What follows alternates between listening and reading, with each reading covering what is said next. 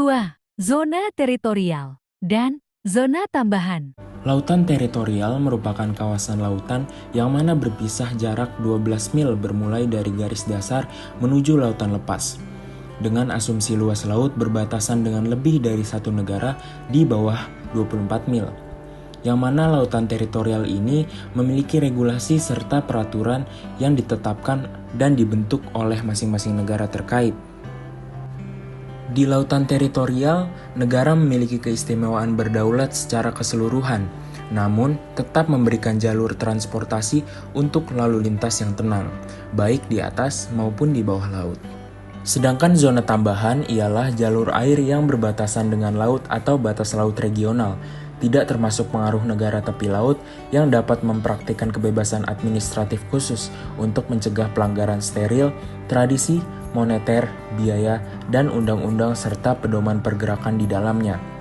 Zona tambahan ini ditarik sejauh 24 mil laut atau 44,4 km dari garis pangkal. Pada dasarnya perairan bebas di mana pihak negara dapat memberlakukan tarif bea cukai atau pemeriksaan lainnya. Dikarenakan pentingnya kegunaan laut bagi suatu negara, membuat keharusan hukum oleh setiap negara yang berbatasan untuk menetapkan batas-batas wilayah laut mereka secara nyata, dan berdasarkan aturan dan ketetapan-ketetapan yang telah diatur oleh hukum laut internasional. Wilayah-wilayah laut yang harus ditentukan batasnya berdasarkan hukum laut internasional ialah wilayah laut antar dua atau lebih negara yang pantainya saling berhadapan maupun berdampingan serta terdapat adanya masalah tumpang tindih antar kedaulatan negara yang satu dengan negara lainnya.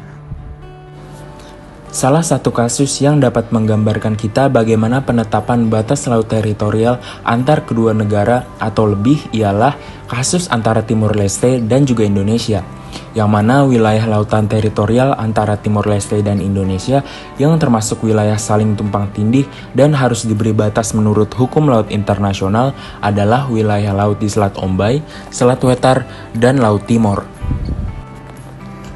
Rumitnya penetapan batas-batas laut teritorial disebabkan oleh hak untuk menerapkan garis pangkal yang berbeda, yaitu bahwa negara Indonesia yang merupakan negara berkepulauan memiliki hak penuh untuk menetapkan garis pangkal lurus kepulauan, garis pangkal lurus dari ujung ke ujung, dan garis pangkal normal.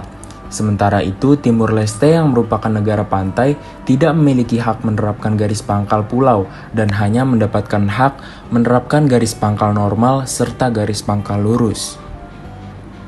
Dengan demikian, hingga saat ini berdasarkan data dari Badan Informasi Geospasial, Timor Leste dan Indonesia memerlukan penetapan batas maritim yang hingga saat ini dapat diidentifikasi, yaitu di Selat Wetar, Laut Timor, dan Selat Ombay.